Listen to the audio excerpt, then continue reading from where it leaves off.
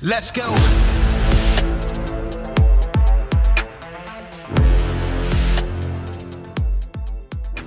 Welcome to Citizen. We've got a very special show today where we're going to discuss something that has been front and center in the news a lot lately, although I don't think people really understand it that much. So I wanted to talk a little bit about it. And it is, of course, to deal with immigration and the Constitution and what is and is not allowed from both the federal and the state level. Everybody's got responsibilities. They are enumerated as such, and we're going to go over all that today, including the history of this and why the decisions were made in the first place, and of course, the case law that has come as a result.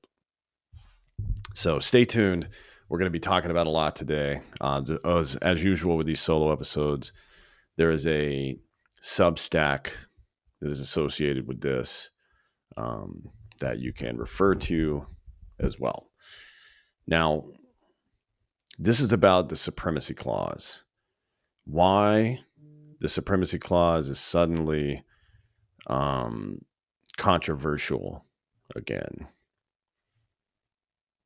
For most of American history, the Supremacy Clause operated quietly in the background, understood but uncelebrated and rarely disputed. It was the constitutional infrastructure, not a talking point. Kind of like plumbing, it drew attention only when something went wrong. And as long as federal law was broadly enforced and generally obeyed, there was little reason to argue about whether it was supreme or not. That era of quiet assumption has ended. State and federal conflict has returned with force, most visibly in immigration policy, border security, and enforcement priorities. Some states now pass laws designed to compensate for federal inaction. Others adopt policies intended to obstruct federal enforcement altogether. Lawsuits proliferate, injunctions stack up. We all yell at each other. Governors and attorneys general invoke sovereignty, while federal agencies respond with preemption. Now, the result of this is not clarity, it's constitutional fog, where authority exists on paper, but in practice, it fractures. What drives this conflict is not difficult to identify. When federal law is enforced unevenly, selectively, or not at all, states feel pressure to fill the void. But when states act independently in areas reserved to the national government, they do more than address local consequences. They strain the constitutional order itself. And ironically, will say that you're violating the Constitution as they do this. Now, the issue is no longer theoretical. A republic cannot function if federal law is optional in practice. Even when it remains supreme in theory, if it's optional in practice, then it has no real affect. And this is a big problem. We're seeing this in Minnesota right now, Portland, Boston, a number of other places where not just the people protesting, although we are all certain that these, I'm sure there's certainly some genuine folk out there, but certainly these protests are being funded and organized by bad actors, as you can see from these Signal chat leaks. However, when state and local governments and law enforcement start to obstruct what is very clearly a federal purview, now we got a problem, right? Now we have a challenge, not just against law and order or against the safety, first, second, third order effects of safety from these operations, but also in the law itself and what it means to be a constitutional republic and a country of laws. Now, the Supremacy Clause was written to prevent precisely this outcome. It exists to stop selective compliance, regional defiance, and legal patchworks that hollow out the national authority from within. Understanding why it was written and how it is meant to operate is essential if we are to distinguish legitimate federalism, which is what we are, not a democracy, by the way, from slow motion nullification.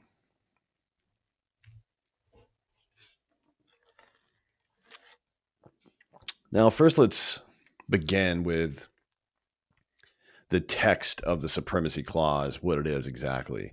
Now, the Supremacy Clause appears in Article 4, Clause 2 of the Constitution, and its language is intentionally precise. It declares that, quote, this Constitution and the laws of the United States, which shall be made in pursuance thereof, and all treaties made, or which shall be made, under the authority of the United States, shall be the supreme law of the land. It then specifies how that supremacy is enforced. Quote, the judges in every state shall be bound thereby, anything in the Constitution or laws of any state to the contrary notwithstanding. Every part of this language matters. Again, very precise and intentionally so.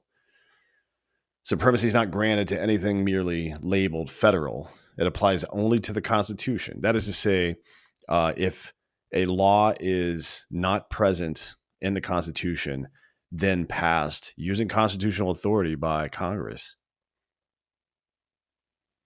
now we've got a conversation to have. It applies only to the Constitution itself and to laws made in pursuance of it. That's to say, laws made by the legislature under Article 1. That qualifier is critical. It makes clear that unconstitutional federal acts do not enjoy supremacy. That is to say, if the executive engages in extra constitutional activity, that's not Supremacy Clause, not protected by it. If Congress passes a law through Article 1 that doesn't stand up to jurisprudence rigor, then also Supremacy Clause does not apply. It only applies during constitutionally authorized activities that are themselves being conducted in a constitutional manner. I know that's a little in the weeds, but I just want to be very precise.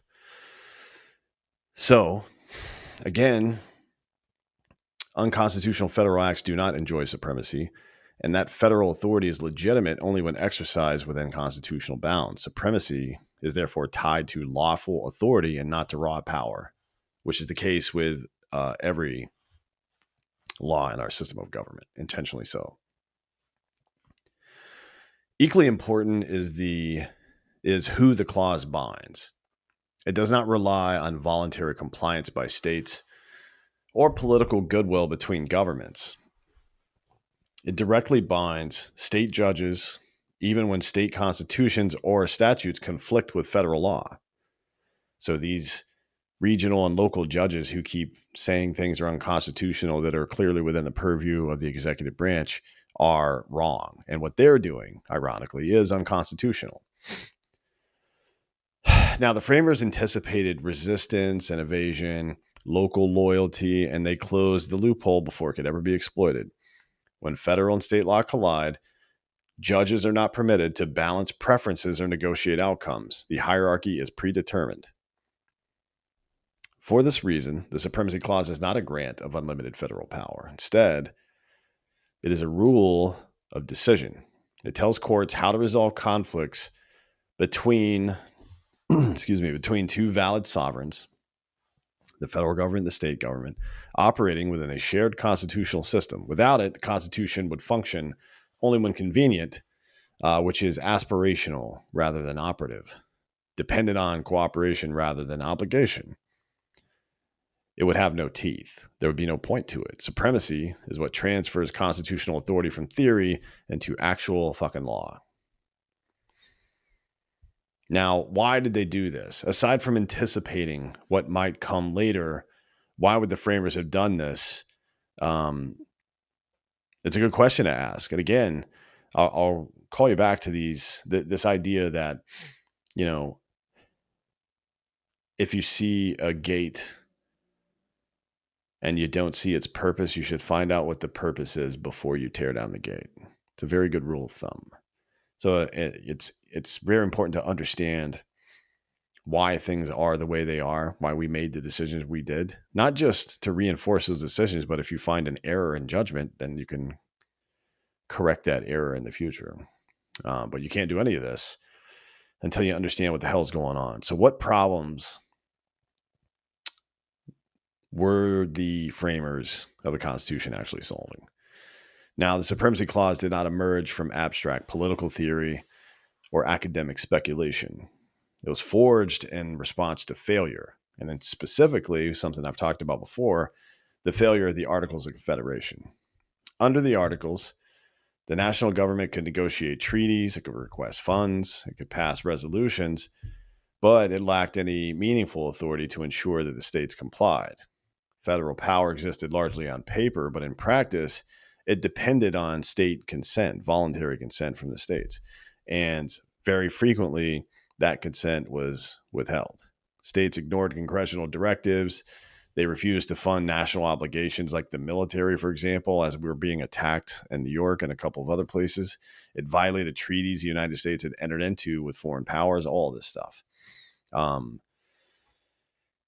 Some imposed tariffs on neighboring states, which undermine interstate commerce, also something that had to be dealt with. Others openly defied international agreements, exposing the young republic to diplomatic retaliation and economic stability. Remember, we started this country with a pretty decent debt, about $10 million from Holland to get us moving. We can't exactly say, well, we're South Carolina, we don't feel like paying that back. That's not how a nation operates. So Congress could urge compliance at the time, but it had no real mechanism to compel it, and it certainly wasn't going to use the military. I mean, there was no legal framework for this. So it wasn't about force or not. It was about us not being a country. And under the Articles of Confederation, we were not a country. And the result was obvious: fragmentation, weakness, and the constant threat of disunion. Now, the framers drew a hard lesson from this experience. A government whose laws can be disregarded at the pleasure of local authorities is not a government. And a piece of land without a government is not a country. It's an advisory board. Without supremacy, every federal act becomes optional, and national policy dissolves into a collection of regional vetoes. The Union could not defend itself or regulate commerce effectively or even speak to foreign nations with a single credible voice. We were a fucking joke. Let's be real. We were a new country, an exercise in this new form of government, and we were the laughingstock of the world because we couldn't get our shit together. The Supremacy Clause was designed to end this condition decisively. It established that once federal law is validly enacted with constitutional bounds, it binds the states regardless of approval or political disagreement. This was not a rejection of federalism, but it was the preservation of federalism. A system of divided sovereignty requires a clear rule for resolving conflict between authorities. If we had courts without the Constitution, without Articles 1, 2, 3, without the courts, or without them, the courts would be opinion boards. They would themselves become advisory boards. And our system of government would be run by the whims of whomever was in power at the time. And we have systematically created a government to resist that populist nonsense. So without supremacy, the Constitution could have recreated the same paralysis that nearly destroyed the Republic at its founding.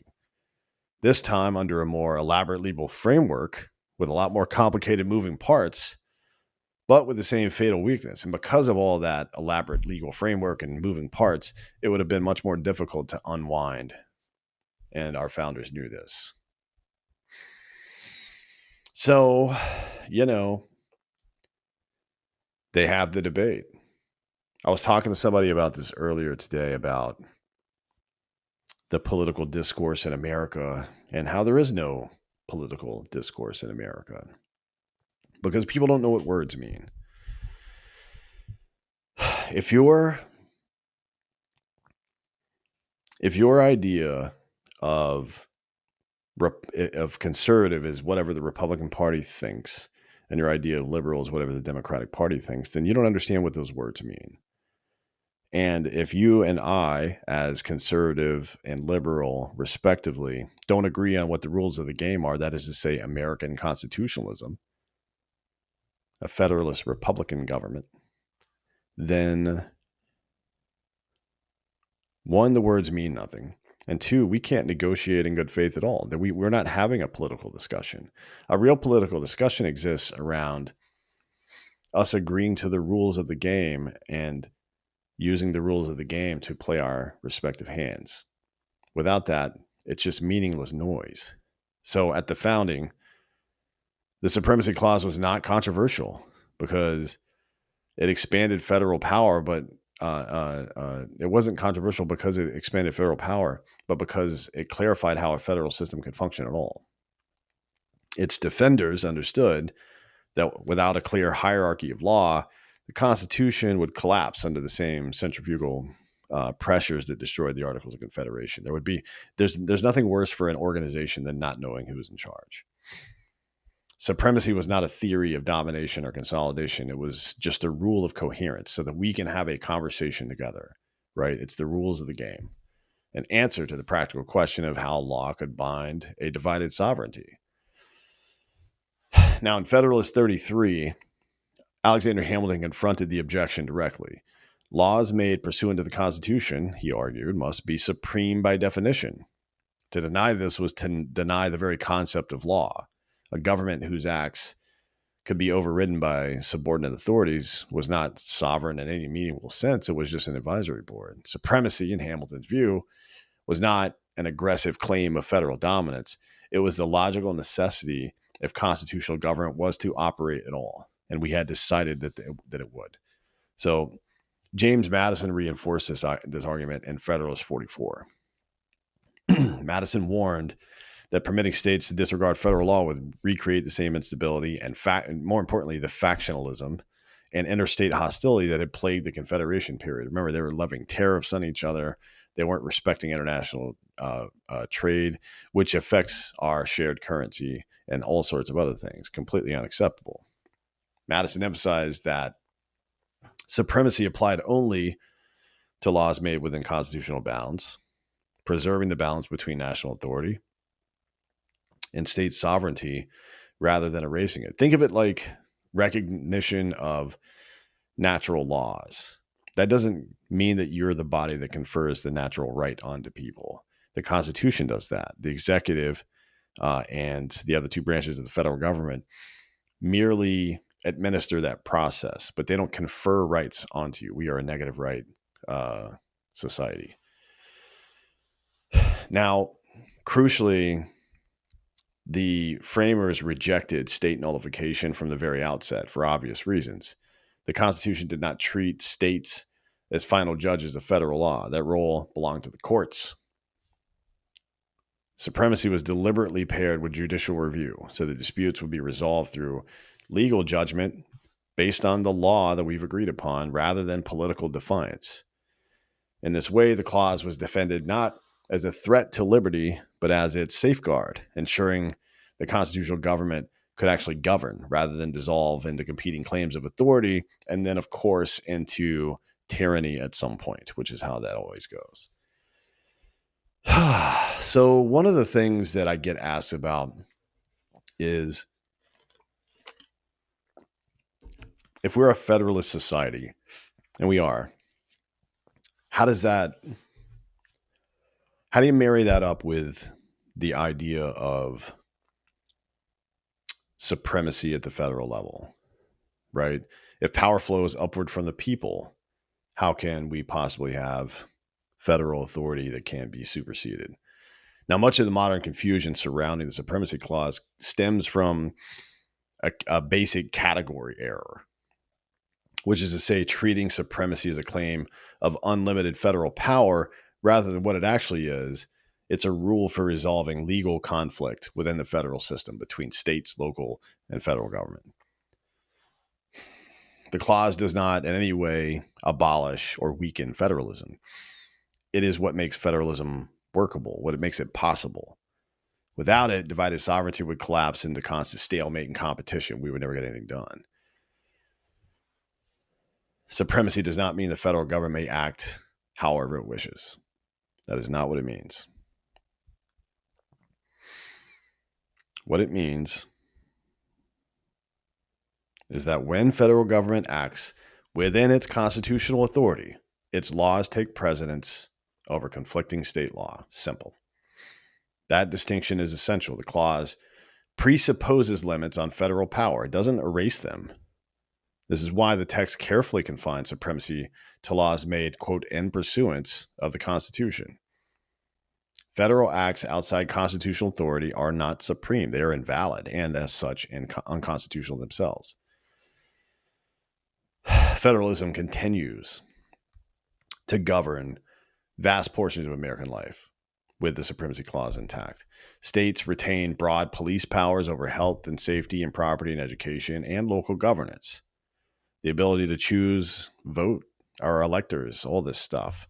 You can add to federal regulations, provided you don't disabuse anybody of their rights, but you can't take away from. State, local governments legislate freely where Congress has not acted and often regulate alongside federal law, as I mentioned, even where Congress has acted. So unless federal law expressly or implicitly preempts them from adding to or adjusting certain laws, if Congress doesn't stop that from happening or the Constitution itself, then they're able to do it. Supremacy doesn't just swallow the state authority entirely. It disciplines conflict when authority overlaps. And the 10th Amendment reinforces this balance by reserving undelegated powers to the states and the people. But that reservation is not a veto on federal power. States do not acquire the power to nullify federal law simply by invoking sovereignty whenever they feel like it. Federalism divides vertically, allowing multiple sovereigns to govern within their respected spheres. Supremacy orders those divisions when they collide, that's it. So think of columns. You have the same heading on a couple of different columns. Now you're in a situation where somebody has to take priority.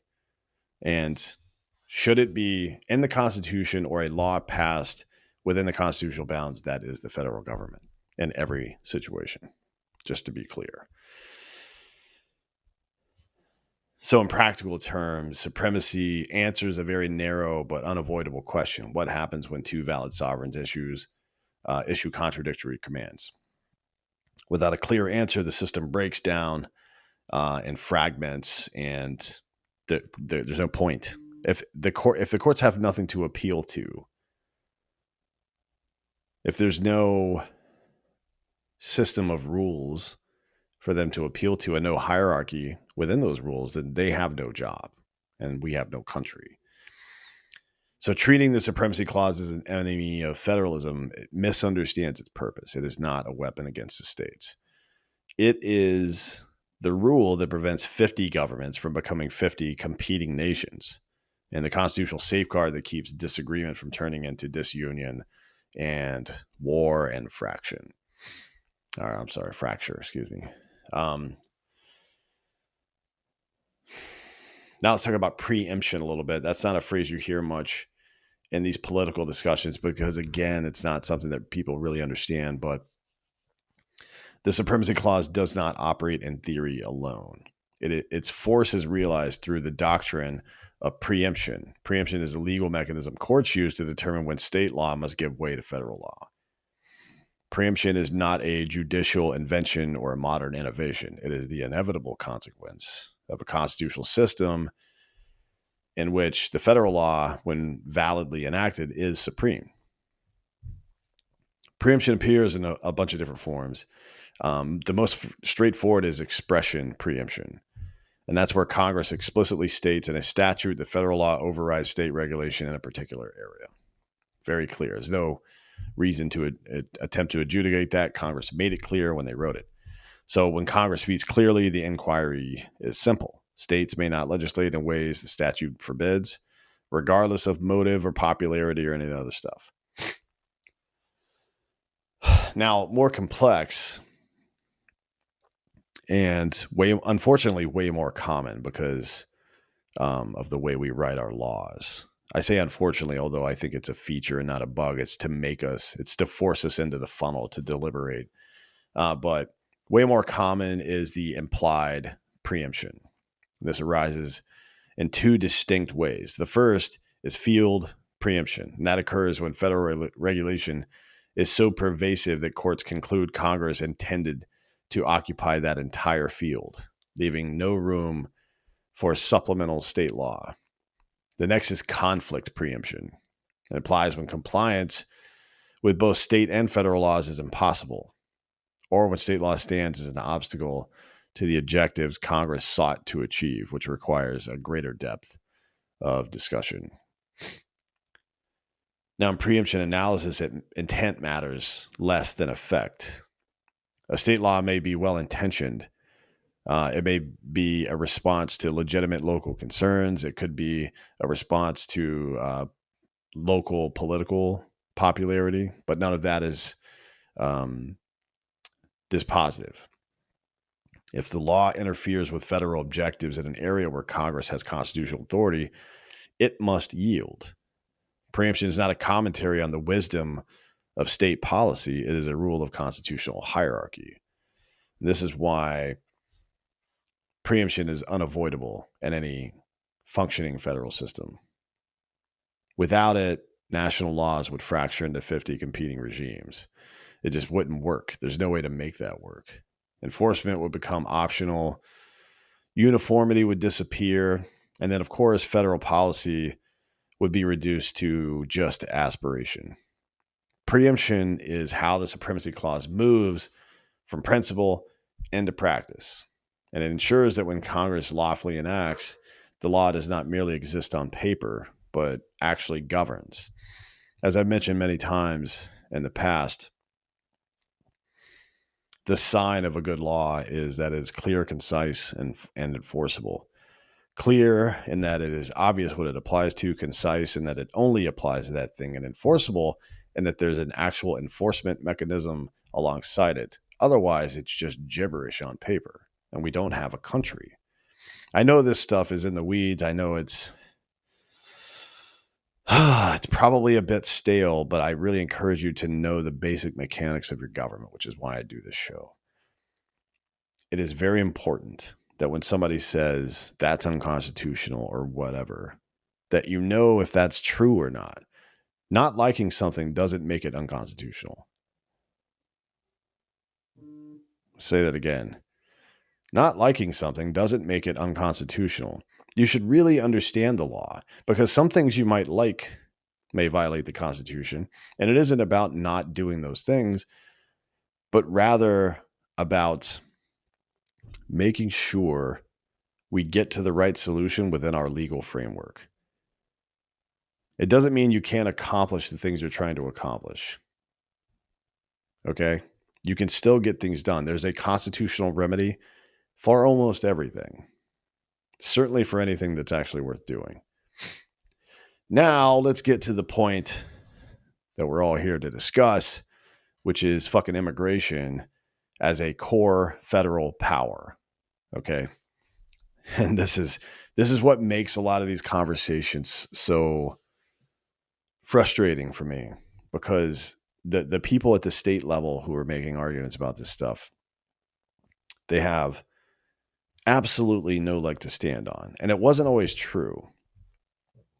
When some of the lawsuits were filed before, in Texas and Arizona specifically, during the Obama administration, I agree with them. I think that a dereliction of duty from Congress and the executive warrants state intervention when it comes to issues of security.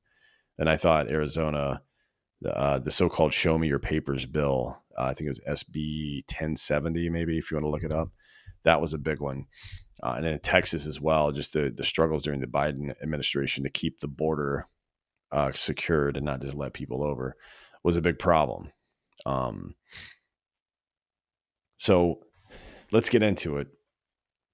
Immigration has long been understood as a core federal responsibility, not because the Constitution employs the modern term immigration because it doesn't use it, but because the powers implicated by immigration policy are inherently national in character. Questions of sovereignty, foreign relations, national security, and naturalization cannot be meaningfully divided among 50 separate governments. If they were, then we would be talking about citizens of Texas and North Carolina and so on, instead of citizens of the United States. Okay. That would just be a complete shit show. So decisions about who may enter the country and under what conditions, and then of course, what legal status they have affect the nation as a whole, because we travel unrestricted through all of these states. So one uniform code must be the law of the land. These laws cannot be susceptible to local variation without undermining the concept of national law itself, obviously. If one state, for example, I mean, depending on which side of the aisle you're on, you could see a problem with that. You could see a place, if you're more left wing, a place that's too restrictive and won't let anybody in under any circumstances. And just recently, we saw what the right wing concern would be, which is to let everybody in. And who cares what happens? Neither one of those things are acceptable. Now, from the earliest days of the Republic, the federal government asserted primary authority over entry, exclusion, and removal. Control over borders is inseparable from the power to conduct foreign affairs. It's inseparable from the power to regulate commerce with other nations, and it is inseparable from defining membership in the political community, who gets to vote and who doesn't. Allowing states to set their own immigration rules would expose the United States to so much diplomatic conflict, to include inconsistent enforcement and competing definitions of national policy from the internal side. And it also completely ruins our elections, which was another thing that we've seen recently. These were precisely the dangers the Constitution was designed to eliminate. A body of laws, secure elections, so that we get to decide as a people. It's an overarching legal framework with the recognition of natural rights and a process by which to deliberate inside of that legal framework. That is what our government is. Uniformity, therefore, has to be the governing principle, because if we're doing math with different numbers, then we're not doing math. It doesn't make any sense. The rules of math are that you add numbers to numbers and you get an outcome. The same thing is true of the rule of law. We put things through our legal process and we get an outcome from that would be uniform. So immigration law certainly can't mean one thing in Arizona and another in Texas and something entirely different in California. And if it does, it ceases to function as a law at all. A nation must be able to speak with one voice about who is permitted to enter, who may remain, and who has to get the fuck out. That requirement is not ideological or partisan. It is structural. Without uniformity, enforcement becomes arbitrary. Deterrence collapses, as we saw in the last 4 years, and foreign actors are left to guess which version of American laws apply to them. And sure, we get angry at the illegal immigrants, and understandably so. But if you lived in some third world shithole and the leader of America said, "Hey, come here, we're fine with it," what are you going to do? You know what I mean? This is the environment that it creates. It's completely unacceptable. And that's from the federal level. From the state level, city level, we're talking about sanctuary states and cities. And those aren't illegal, by the way. I know people think they are. They're not. We'll get to that in a moment. But it does tear at the underbelly of the law itself, and over the course of time, the underbelly of law and order, more broadly speaking. So none of this means that states are irrelevant, obviously. States may cooperate with federal authorities. They can assist in enforcement where permitted and regulate within their traditional police powers, so long as those regulations do not interfere with federal objectives. States may address the downstream effects of immigration, like crime and employment, housing, public services, all that stuff, within their own constitutional bounds and the broader American constitutional bounds. But cooperation is not control. States may not have a parallel immigration system. They cannot have that. They cannot redefine federal categories. They cannot substitute their own enforcement priorities for those established by Congress and the executive. That's not a thing. Immigration sits at the intersection of internal order and external sovereignty. For that reason, it has always and will always reside at the heart of federal authority. When state action intrudes into that space, the Supremacy Clause is not an intrusion itself. It's the constitutional boundary doing exactly what the fuck it was intended to do. Now, I mentioned that the idea of sanctuary cities and states is not, strictly speaking, unconstitutional or illegal. is true. The tension between federal supremacy and state frustration is most visible in immigration because it is an area where federal failure or even perceived failure produces immediate and tangible local consequences. We saw this during the Biden administration. States absorb the cost of unlawful entry into education systems and healthcare networks. The housing market has been fucked. Law enforcement is overtasked.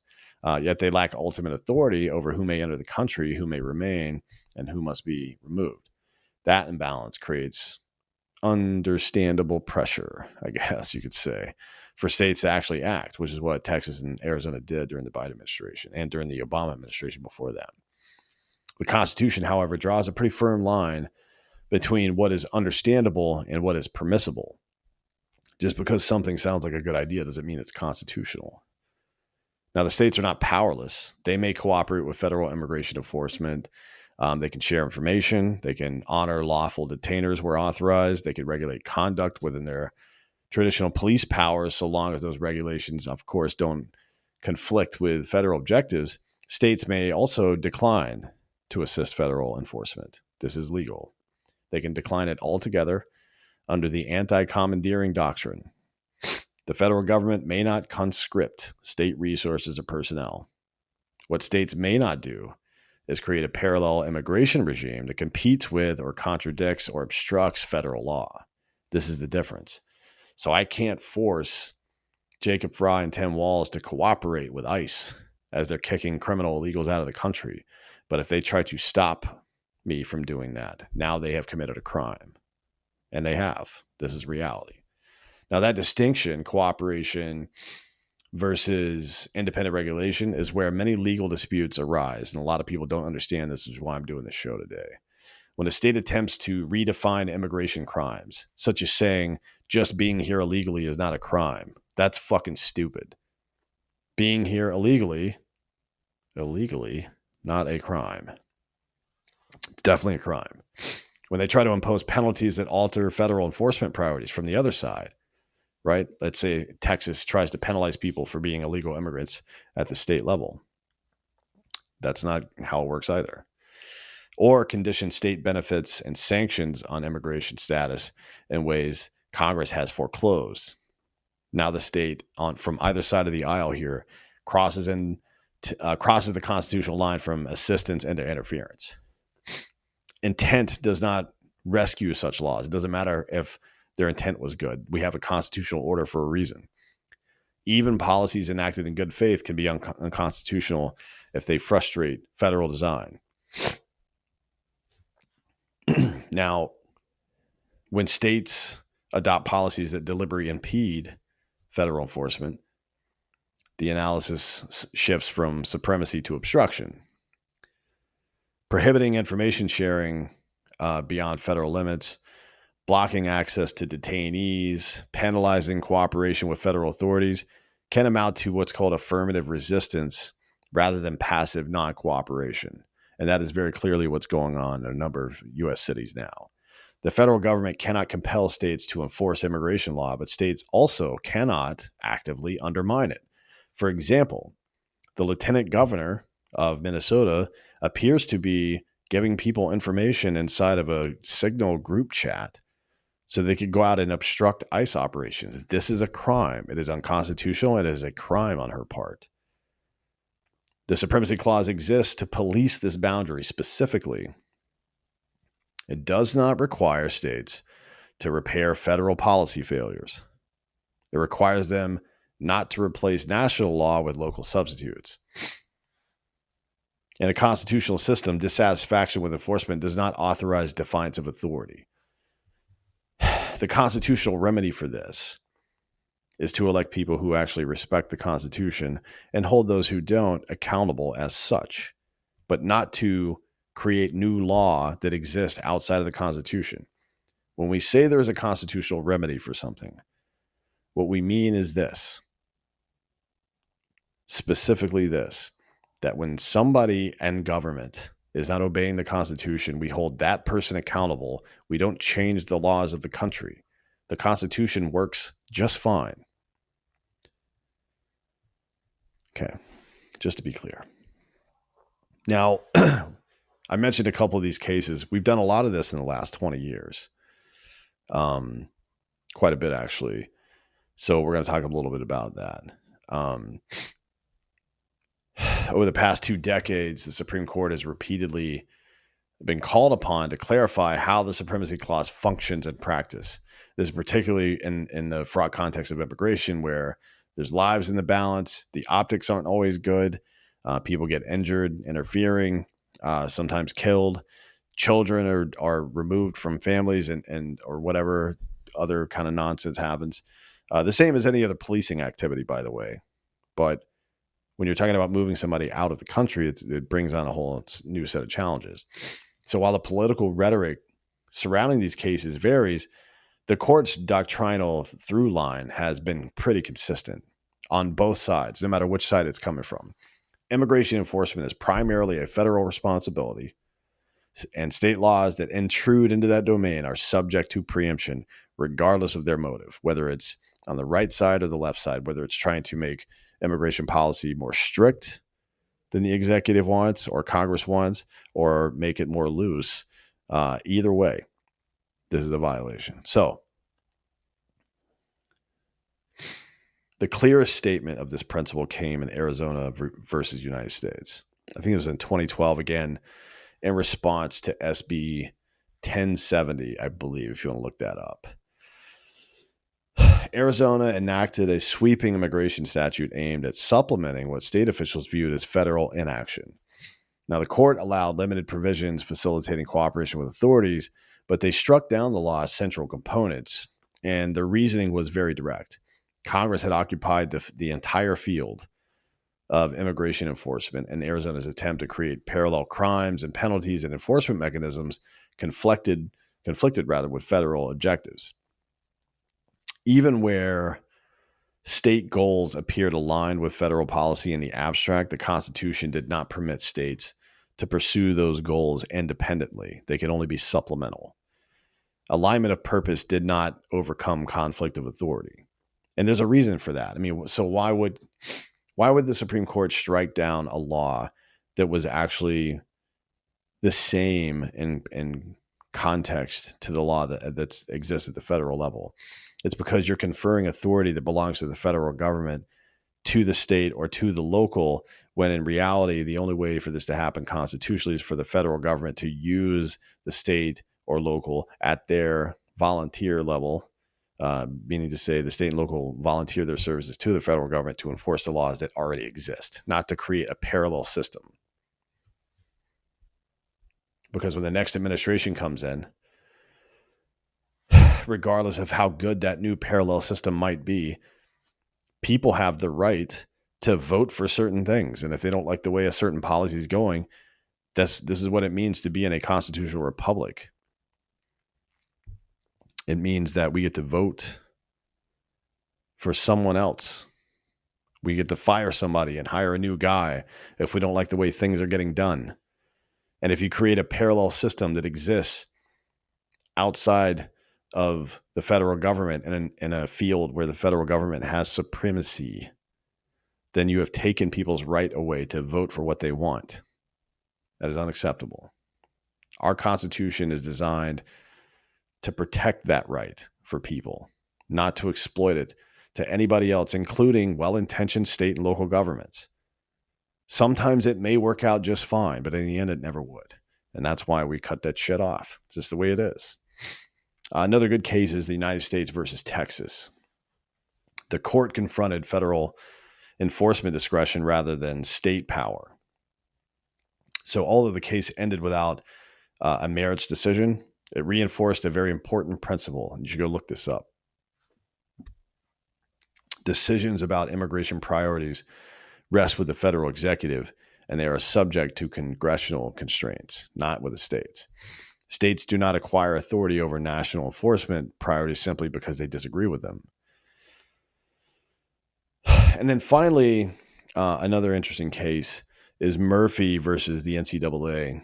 And it clarified a frequent source of confusion for people. One of the, I would say these are the three primary laws with regard, or primary SCOTUS cases with regard to the Supremacy Clause that you need to know about. The federal government may not compel states to enforce federal law, but the anti-commandeering doctrine does not weaken supremacy. Federal law still preempts conflicting state law. States simply cannot be required to administer it.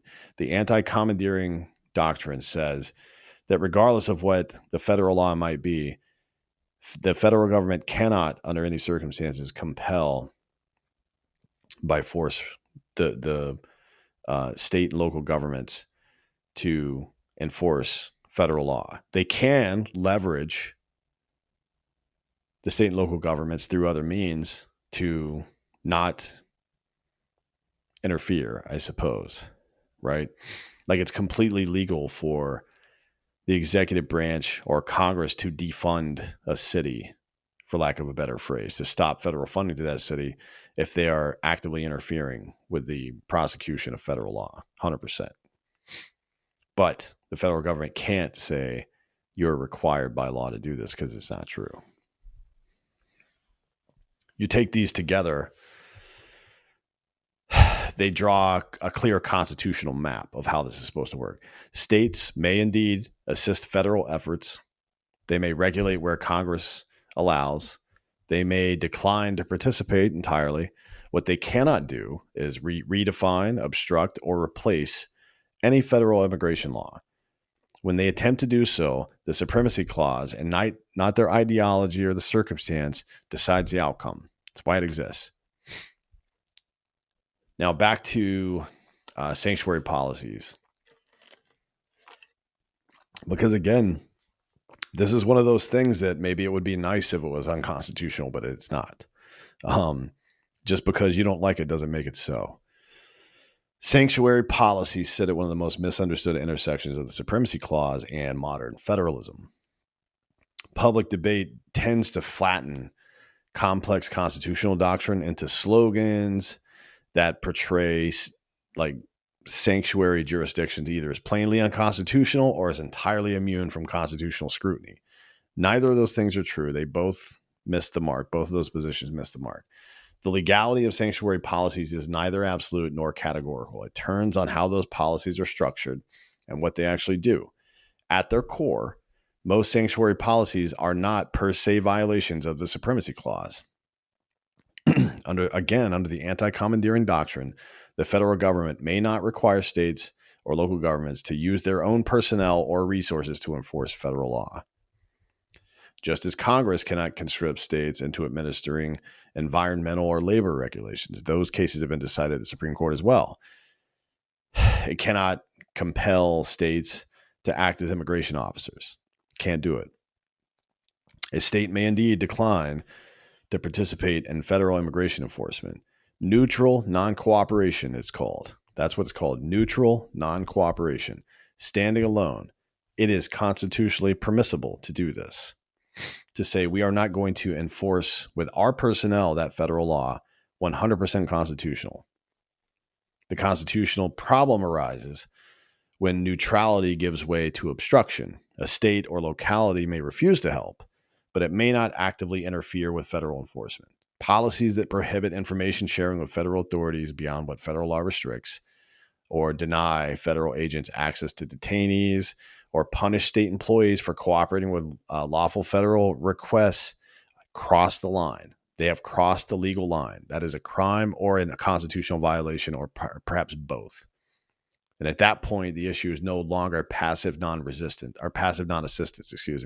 but affirmative resistance. Now they are breaking the law.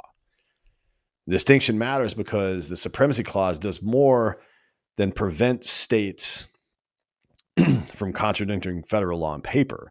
It also prevents states from undermining federal objectives in practice. So a policy designed to frustrate enforcement rather than simply abstain from participation may trigger conflict, preemption, even if it carefully avoids direct contradiction. In effect, it is obstruction. So effect, not rhetoric, governs the analysis at the legal level. Political rhetoric often obscures this nuance. People just don't know what the fuck they're talking about.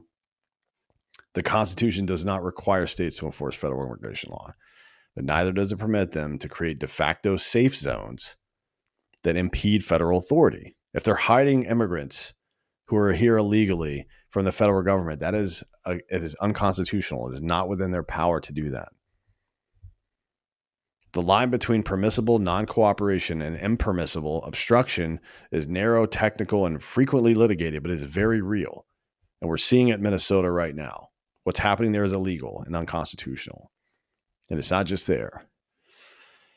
And it's for that reason sanctuary policies are neither categorically lawful or categorically unlawful. Their constitutionality depends on design, operation, and effect.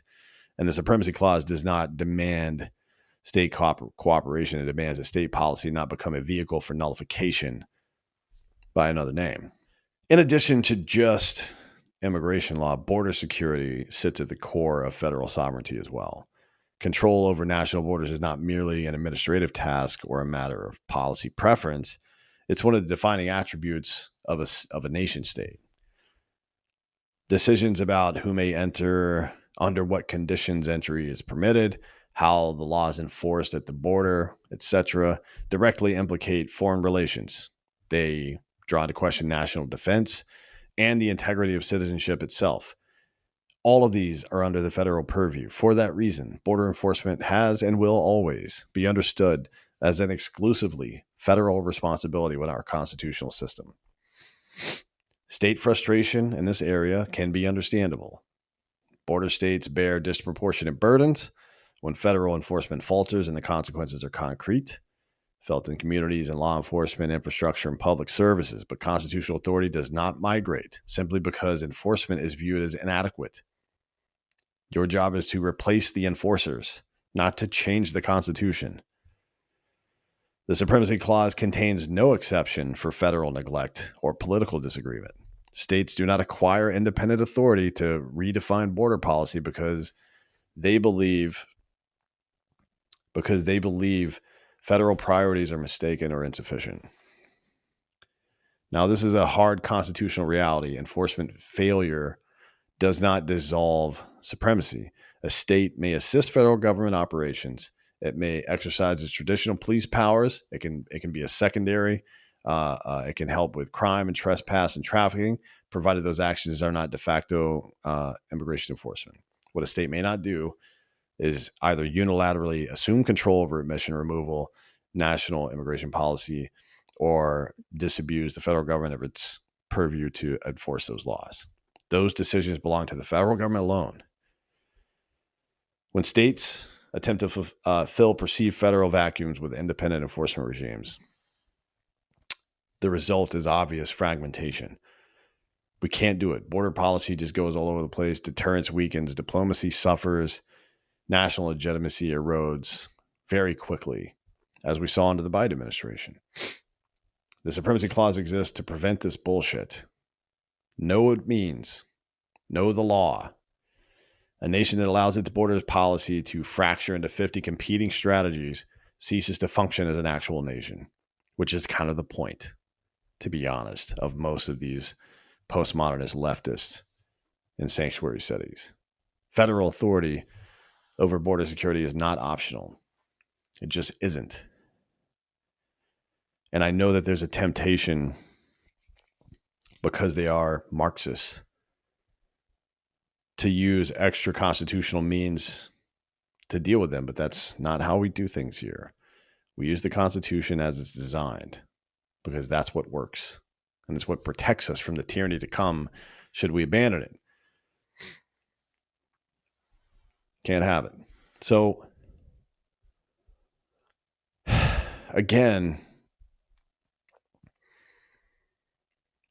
nullification is something that we just can't risk. The most serious threat to the Supremacy Clause today is not just open defiance, but it's something way more corrosive than that, and it's soft nullification. Now, nullification has worked in certain ways before to force the levers of constitutional government to use the Constitution to correct itself. That has happened. It's happened more than once. But when it comes to national border policy, national security, this is nonsense. Unlike the overt nullification theories of the 19th century, modern resistance rarely announces itself. It does not declare federal law void. Instead, it works through delay and selective enforcement, administrative resistance, the deep state, basically, procedural obstruction, perpetual litigation, including from people who have no standing to litigate, like Boasberg and these idiots. Federal law remains supreme in theory while being steadily hollowed out. Soft nullification thrives in complexity and opacity. Agencies reinterpret statutes to narrow enforcement without formally repealing anything. States draft laws with surgical precision, avoiding direct contradiction while still frustrating federal objectives. It takes the power away from people who voted. I voted for this leader because he said he was going to get these illegals the fuck out of my country. And while these people keep chanting our democracy, calling us and them and everybody else fascists, they are the ones who are obstructing the democratic process. We voted to get these people the fuck out. This form of nullification is especially dangerous because it diffuses responsibility. No single actor claims to be rejecting federal authority outright. Instead, blame is scattered across bureaucracies and agencies and courts. Oh, we just can't get it done. No, it's intentional. Laws remain on the books, but their effect varies by geography, by politics, by administrative will. That's nonsense. That's not how our Constitution is meant to work. When federal law becomes something to be bargained over rather than applied, the rule of law itself begins to degrade. Citizens don't know which rules govern them. Neither do the people that are trying to come into our country, and legal predictability disappears. The most important thing that law can be is predictable. Otherwise, how do you navigate the legal system? Now, the Supremacy Clause is not merely a technical rule for resolving conflicts between statutes. It preserves the basic conditions under which a constitutional republic can function at all. At its core, it guarantees national coherence, the ability of the United States to operate as a single legal and political entity rather than just a loose association like we had with the Articles of Confederation, which was, again, an abject failure. Without supremacy, equal application of the law goes away. And that is one of the fundamental liberal rights, is equal application of the law to all people, kings and poor people, everybody, right? Law would cease to be a stable guide for conduct and instead become shifting landscape shaped by local politics and administrative preference, which means when the other side's in power, they get to do whatever the fuck they want. And then you get back in power and you can do whatever the fuck you want. And it escalates and escalates and escalates into tyranny.